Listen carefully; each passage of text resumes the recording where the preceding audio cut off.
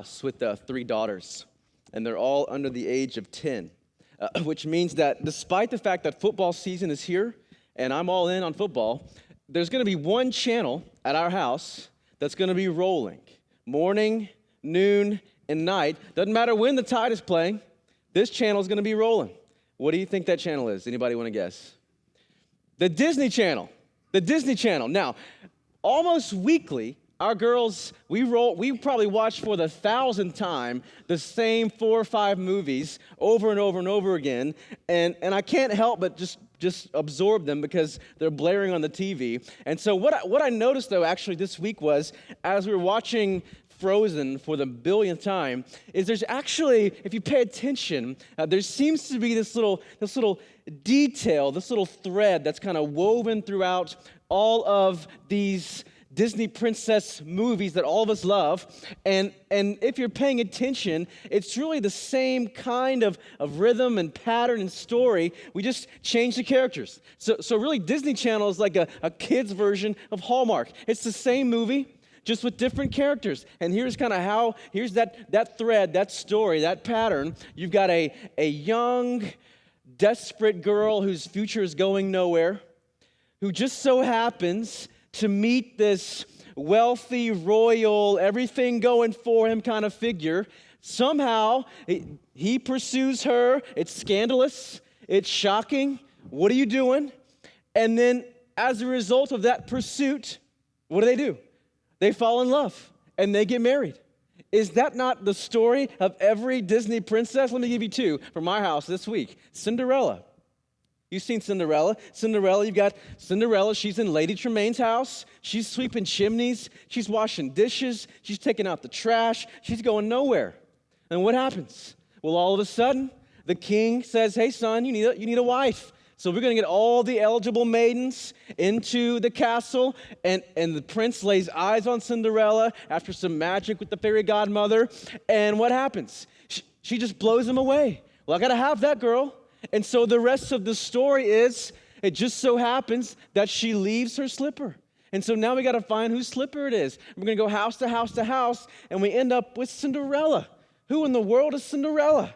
And that is the story. They fall in love, they get married, live happily ever after. You got a girl going nowhere who meets a prince. There's a shocking, unexpected, risky, scandalous pursuit, and they fall in love. One more, Beauty and the Beast. Any Beauty and the Beast fans? What is that story? Belle, she works in the village. She reads books. She plays Pokemon. She does weird stuff. She's going nowhere. And all of a sudden, through a bunch of events, she ends up at the Beast's castle, who was once what? A handsome prince. Well, she falls in love. They fall in love. So at the end of the story, what's the last, after this hour and a half of what's going to happen? Is he going to pursue her? He's a beast, but she's a woman. She likes him, but all the furniture's talking. And why are they talking? And why are the dishes talking? After all of that, the last scene in the story is the beast ends up in Belle's arms. He's pursuing as best he can, and she's pursuing as best she can. And what happens? At the end of the story, he turns back into a what? A prince. And then what happens? Well, they fall in love and get married. That is the story over and over and over again. Now, I'm asking myself, why in the world are we watching this? I mean, Alabama's playing. What are you doing? And here's what I found. Really, it's this story that I think all of us are drawn to. And the pressing question that we just have to see answered one way or the other in the movie is really simple. It's this. How could someone like that love someone like her? Like, how could someone like him, as wealthy and influential and everything going for him, pursue and fall in love with somebody like that, with a desperate, hopeless, going nowhere future? How could somebody as powerful and influential and as this pursue and love somebody like that? I mean, what and the why? And as I thought about that this week, I thought about, I think if we're honest, most of us ask that same question about God. How could someone like him love somebody like me? Because I know him, right? He's pure, he's holy, he's perfect, he's just, he's gracious, he's merciful. And I know me, and I'm not any of those things. I struggle to be patient. I lack grace sometimes. I get bitter and angry and frustrated. I fail day after day after day. I am Cinderella sweeping the chimney. So what in the world would motivate, compel a God like that to love somebody like me, who has the past that I have, who messes up daily like I do, whose future is going nowhere otherwise? Why in the world would God love somebody like me? And that's really the driving question behind Ruth chapter 3. Let me show you this story of an uncertain future, a scandalous pursuit, and a radical, indescribable love. Ruth chapter 3 is where we're going. We're in week 3 of a series on the book of Ruth. So if you missed the first couple of weeks, just go back and check it out on the website. I don't want to spend time recapping that here other than just to say where we are in the story is Ruth and Naomi come back to Bethlehem after being in Moab for a season, trying to find food and a family. And when they come back to Bethlehem, those are the two things they're lacking. So those are the two problems we got to solve in the story. Where are they going to get food and where are they going to find a family? Because they're both childless widows, which is not what you want to be in that culture. So they find some food, right? So she goes and gleans from Boaz's field, and we saw that whole story play out last week. But that really doesn't answer the most pressing question, which is, where's she going to find a family? She needs a husband. She needs a son. She needs some heirs. So okay, we've seen the food problem solved. What about the family problem? And that's where we get into verse 1, chapter 3. Where we left the story was she gleans in Boaz's field for about 8 weeks, and then we leave with this depressing line, and she lived with her mother-in-law. Verse 1. Now, I don't know what your in-laws are like. Mine are great. So Ruth's mother-in-law, Naomi, said to her, My daughter, shouldn't I find rest for you so that you will be taken care of? Now, isn't Boaz our relative? Haven't you been working with his female servants? This evening, he will be winnowing barley on the threshing floor. So let's stop here. All I want to do is kind of highlight three pieces of this story that we've already seen kind of play out and stories that we're drawn to. And I want to show you really how they help us answer this question: why would a God like God love somebody like us? And here's the first kind of movement to the story. This is a story about a desperate future. A desperate future. Look what Naomi says to Ruth. It's kind of awkward.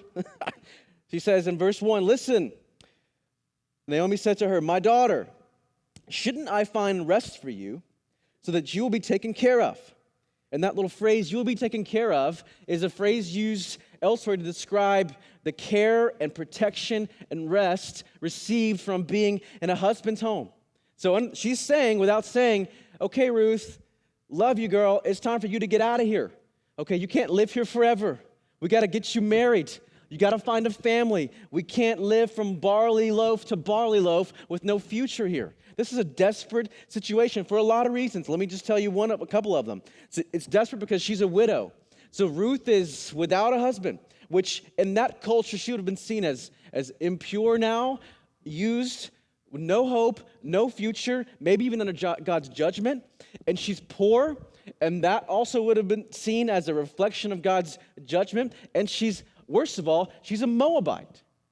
Now, we've already said Moabites they're people that are birthed out of an incestual, sexually perverse, rated R scene back in Genesis 19. And really from that moment until this one, the Moabites and the Israelites don't like each other. In fact, God tells them in several places, hey, you need to, as best you can, stay away from them. They can't come into worship. Don't marry Moabite women. Don't have Moabite kids. So she's a widow, she's poor, and she's a Moabite. So she's going nowhere. Her future is entirely dependent on somebody else stepping in and doing some things that she can't do otherwise, providing in some ways that she can't otherwise provide for herself. And that's where we get this risky, juicy part of the story. Look what happens next. Naomi says to Ruth, okay, here's our plan. Isn't Boaz our relative? Verse 2, yep. Haven't you been working with his female servants? Sure have. Okay, write this down. This evening, he will be winnowing barley on the threshing floor, which was this place out in the back 40, the wind would blow through, and they would sort the grain from the chaff and reap their harvest. Here's what I want you to do, Ruth. Wash. So get a shower. You stink. Wash. Put on perfume oil. Get out that Tommy Hilfiger. And wear your best clothes. That dress in the back of your closet, pull it out. We need it.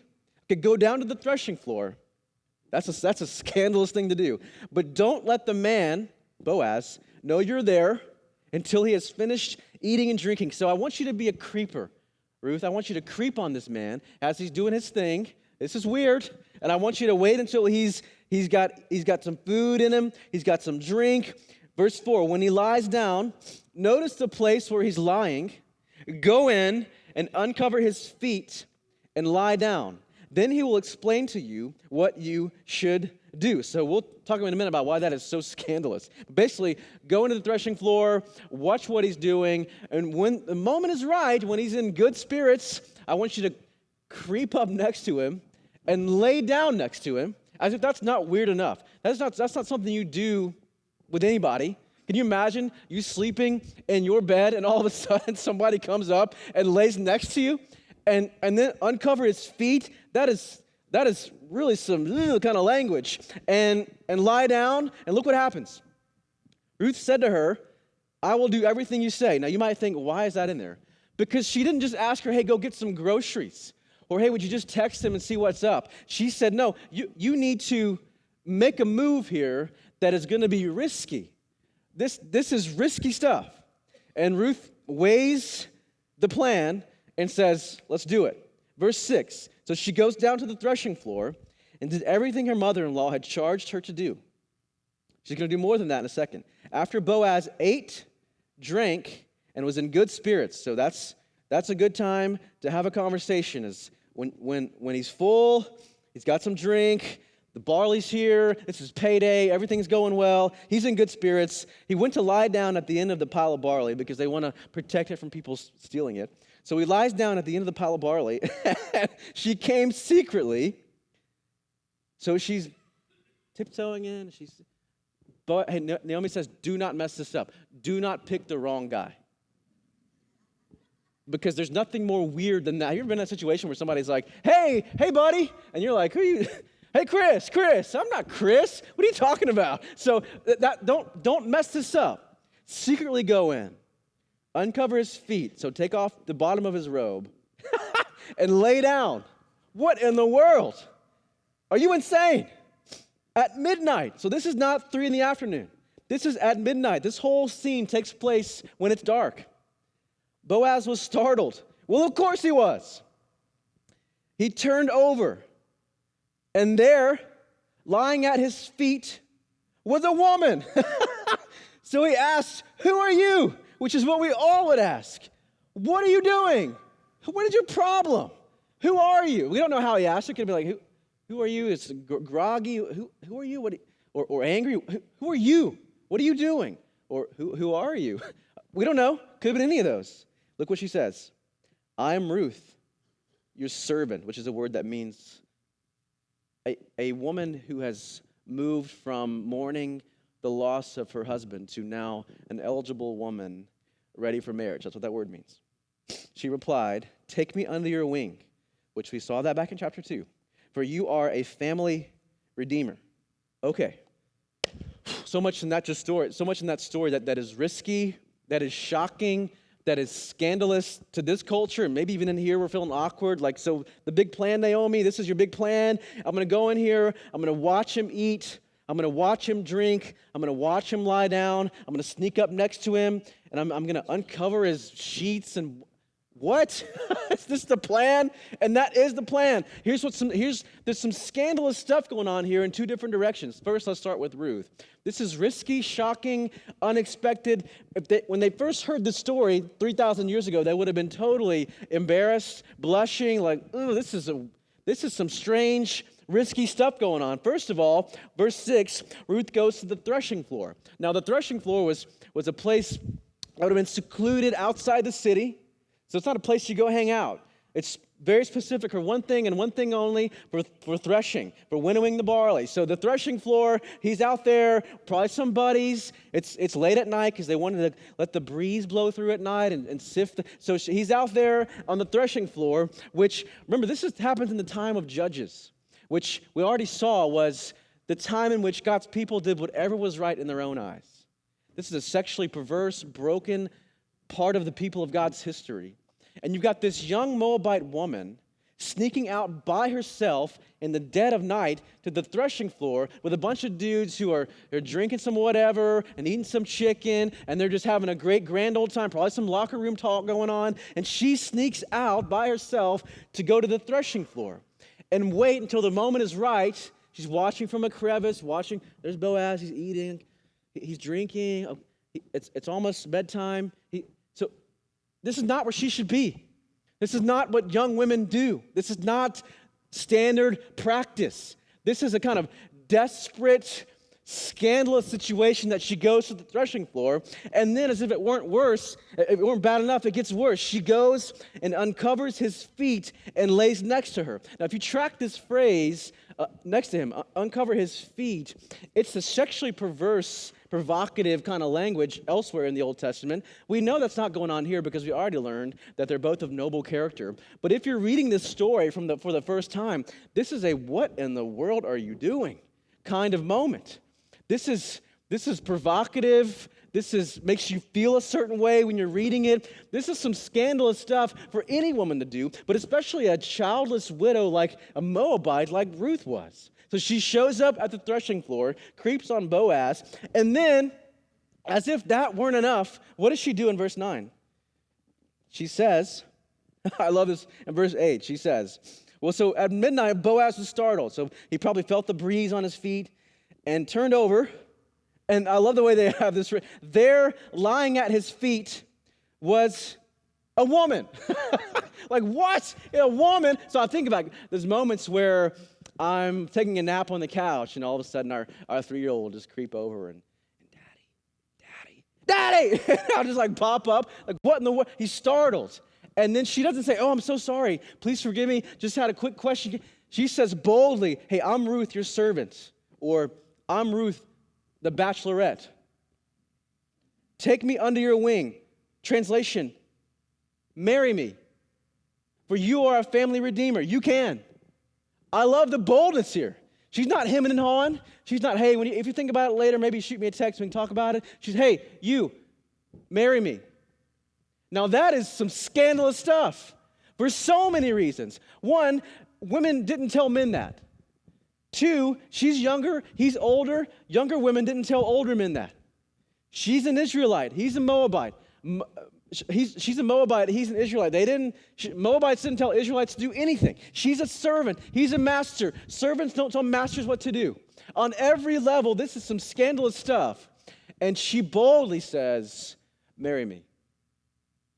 For you are a family redeemer. Now, what's he supposed to say? I mean, he's in a dead sleep. His belly's full. He's got a bunch of money in front of him. Payday's here. Life's looking good. Why in the world would somebody with a desperate future like Ruth scandalously pursue somebody like Boaz and him go for it? Well, that's what he does. Look what he says in verse 10. He doesn't say, get out of here. He doesn't say, what's your problem? He says this, something more godly than I probably would say. Verse 10. Then he said, may the Lord bless you, my daughter. What are you doing? You have shown more kindness now than before. Remember, before, her kindness was she was committing to Naomi to not leave her and to provide for her, to go glean barley, to get some food for them. This is even greater kindness. Why? Because you have not pursued younger men, whether rich or poor. In other words, you could have any of these men in Israel, in Bethlehem. You could have the rich ones, the poor ones. You've got your whole future in front of you when it comes to marriage, but you came after me, an older man who was single and in need of a wife. Now, don't be afraid, my daughter. Huge, underline this. I will do for you whatever you say, which is what all good husbands say, since all the people in my town know that you are a woman of noble character. Yes, it is true that I am a family redeemer, but there is a redeemer closer than I. So let's stop. There's a problem here. We'll come back to it in a second. Boaz just said, hey, I'll do it. She says, I'll marry you. Now, I think about my proposal to my wife, and I love the boldness here because I wasn't near as bold. Ruth sneaks into the threshing floor, lays next to him, and asks him straight up, will you marry me? I'm on Facebook. Hey, you want to get some coffee? Maybe later. And we finally get married somehow. Like I started the proposal. I'm babbling. I might surprise you. I'm sobbing. I love you so much. And somehow she says yes.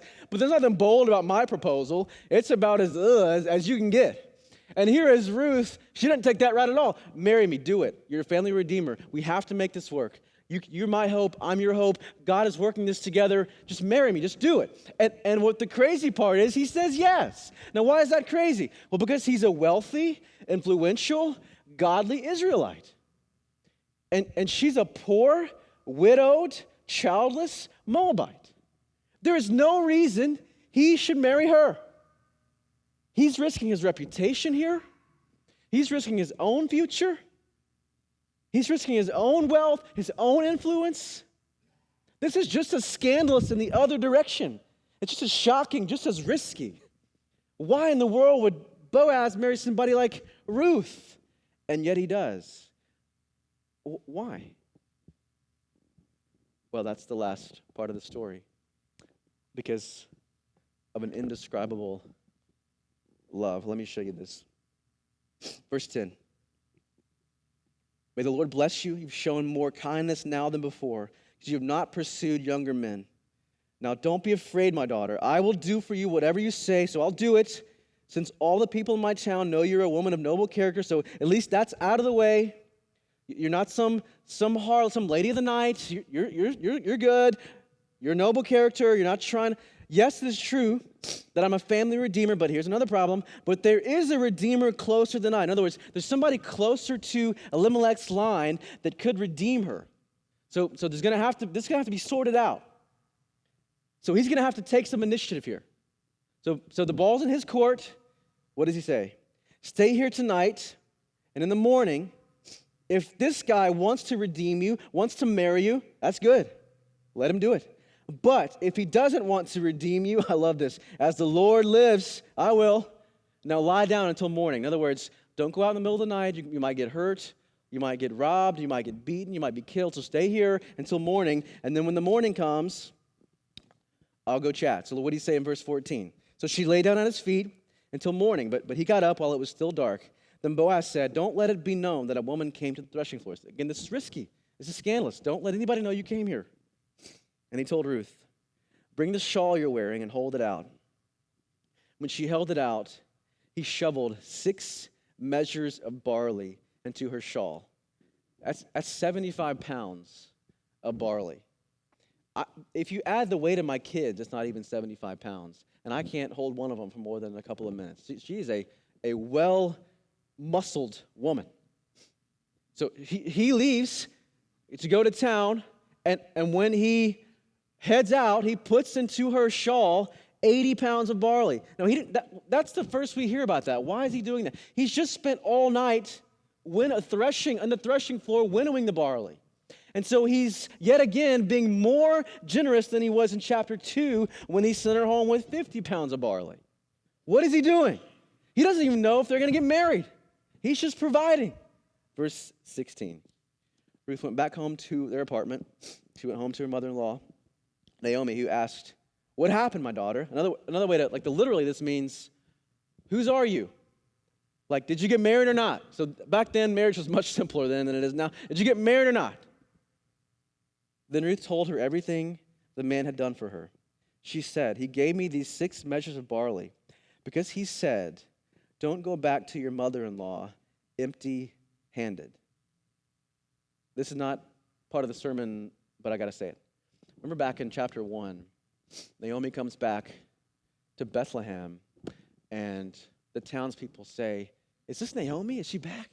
And she says, don't call me Naomi. Call me Mara, because I'm bitter. The Lord's hand is against me. And she says this, I went away full with a husband and kids and a future and hope, and I came back empty. And just 2 short chapters later, God has rewritten the story, has taken her hopelessness and turned it into joy, has taken her brokenness and turned it into hope. God never leaves you empty-handed. He might fill you with what you didn't think you needed, but he always leaves you full because you always have him. Different sermon. Verse 18, Naomi said, my daughter, wait until you find out how things go, for he won't rest unless he resolves this today. In other words, nobody's sleeping till we get this figured out. So next morning, he's going to go to this other redeemer, have a conversation. It gets a little awkward. We'll see it next week. But what I want to show you this week is this. You got an uncertain, desperate, hopeless future. Ruth is day in and day out gleaning barley from this field. Where we left it last time was she goes back home. So she's been at Boaz's place 8 weeks, just when you think things are trending in the right direction, we're having some dates, having some coffees, it's going well, the curtain closes with her back at her mother-in-law's house. So you think, well, is this ever going to happen? And then, chapter 3, Naomi says, oh, it's happening. It better happen. You can't stay here much longer than this. Your rent, your lease is about to be up, sister. So she goes and she lays down next to Boaz, straight up proposes in that moment, scandalous pursuit. And then in the moment where your heart is pounding, like, what is he going to say here? Because he has every reason to say no. He says what? I'll do it. I'm going to have to go have a hard conversation potentially, but I'll do it. I'm willing to risk my reputation to ask this man if I can marry you, who might go and tell everybody in the town. I might lose everything here, but I'm going to do it. Now, here's what's interesting about this kind of love. Look back here in verse 10. Why is this love an indescribable love? Verse 10. When Boaz wakes up, comes to his senses, he says to Ruth, may the Lord bless you. You have shown more, verse 10, what's that word? You've shown more kindness. Now, it's unfortunate that that's the word that we have, because that's not the word that's in the original language. We saw this last week. The original language is this word chesed, which is this bundle of descriptions of God's character. It's something like, it's hard to describe, that's why it's indescribable really, because we don't have an English word for it, but it means something like compassionate, gracious, merciful, faithful, loyal love. And we learn a couple of things about what this love looks like in action from this story, from Ruth and Boaz. First, we learn that this kind of love is patient. It's patient. Ruth comes back to Bethlehem, and day after day, week after week, month after month, she gets up early, heads to Boaz's field, works in the heat all day, brings home whatever she can, and nothing happens. They go out to dinner. She eats at his table. He gives her protection. And that's it. Day after day, she's hoping and pleading and excited and eager. This might go somewhere. And yet for 2 solid months, it goes nowhere. She still needs a family.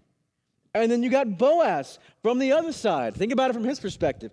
He sees this young Moabite woman show up into his field, and he says, who is this? Who do you belong to? Are you married? He finds out she's not. So he says, hey guys, don't touch her.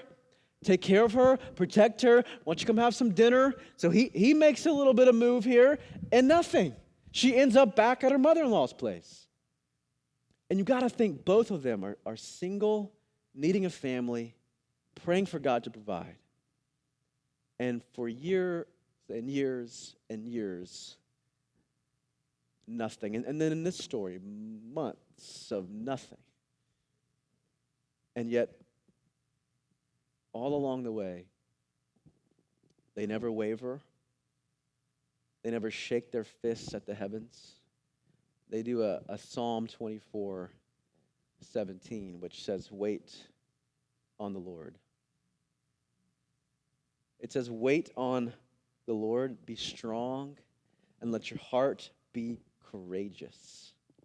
Wait on the Lord.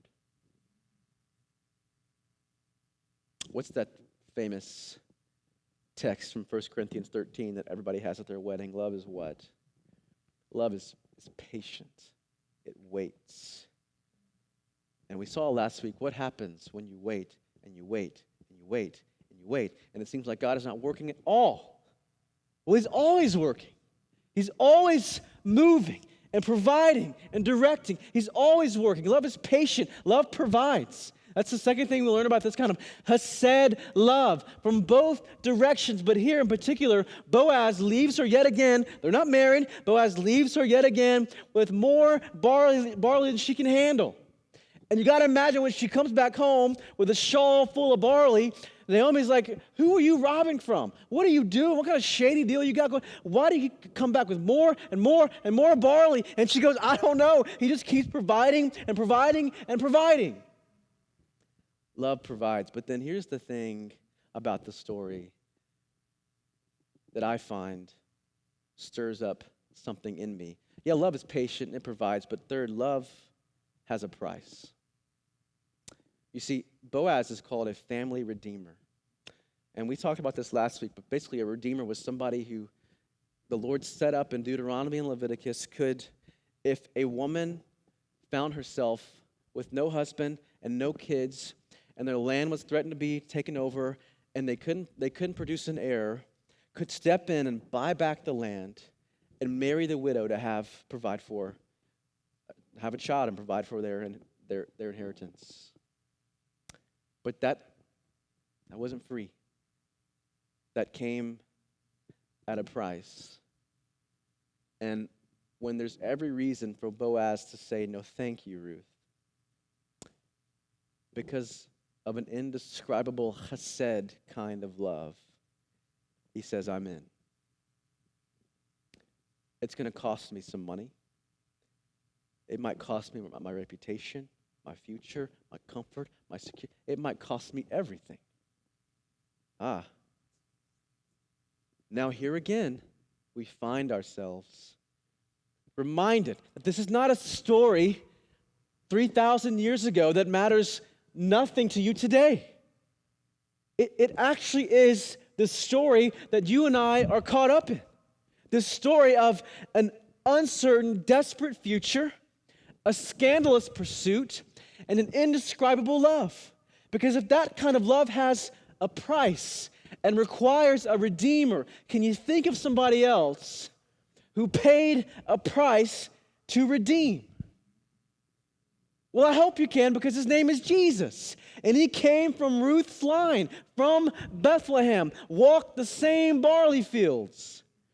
And 1,000 years later, the God of the universe looked upon desperate people like you and me with no future. I mean, the Bible describes it like this in Ephesians 2. You were dead in your trespasses and sins. You were a child of wrath. You hated God. You wanted nothing to do with the things of the Lord. You were pursuing everything that would deserve God's just punishment. Now, okay, I understand that, but what is the scandalous part? Well, here it is. Why in the world would a God as holy and perfect and just as the God of the universe take on flesh to pursue somebody like you and somebody like me? Why, in the most unexpected, scandalous way, would Jesus of Nazareth, who lived a perfect life and deserved zero punishment, gladly give himself up to take the punishment we deserved? That was our penalty to pay, not his. In fact, Paul says he what? He became sin. Who knew what? Who didn't know sin? He had never sinned. Why?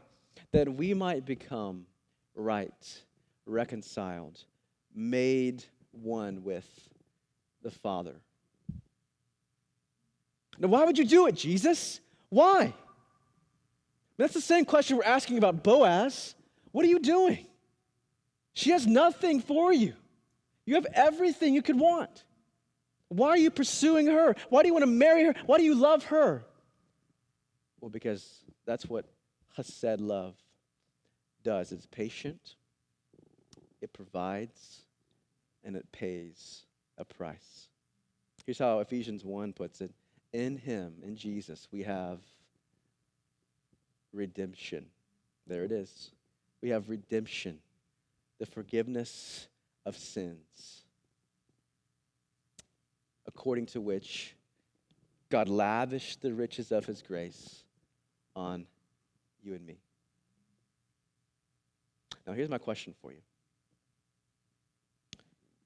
If, like Ruth, we find ourselves with a desperate, hopeless, uncertain, going nowhere future, headed for an eternity apart from Christ, and yet in the most scandalous, shocking, unexpected way, the God of the universe takes on flesh, lives a life we couldn't live, and pays a penalty we couldn't have paid.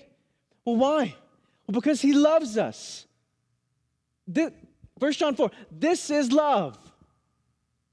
Not that he loved us, but that we loved him. He loved us and moved toward us and loved us so much that he sent his son to die for us. That's the kind of love we're talking. Not this cheap, shallow stuff we're doing in our culture. This is chesed, deep, immovable love. Now the question is, remember our question is, how in the world would a God like that love somebody like me and somebody like you? Well, now we have the answer. The only way is the cross of Jesus Christ. That's the way to life. That's the way to walk in the deep, deep love of Jesus. And so my question as we close is just this. Have you received that love? Have you received the love made available to you in the cross of Christ? And here's what I don't mean. I don't mean receive it like you receive a bad Christmas present. You ever had a bad Christmas present? One Christmas, my family member gave me this Alabama hat. And when I opened it and went to put it on, there in the rim was this thick, crusty, brown sweat ring that obviously they'd worn for years and years and years and thought, I don't want it. I'll give it to Patrick. Okay, thank you. Now, what did I do? It's a dear family. What did I do in that moment? Did I just say, forget it? No, I said, oh, thank you so much. I took it home and put it in the back of the closet and never touched it again. Don't even know where it is. I didn't receive that. I'm not living in that. And so I wonder how many of us have truly received the good news of the gospel, that because of his, what one author calls scandalous grace, he pursued us and died for us that we might know him and enjoy him forever. And that's true. His love never wavers, regardless of how you are.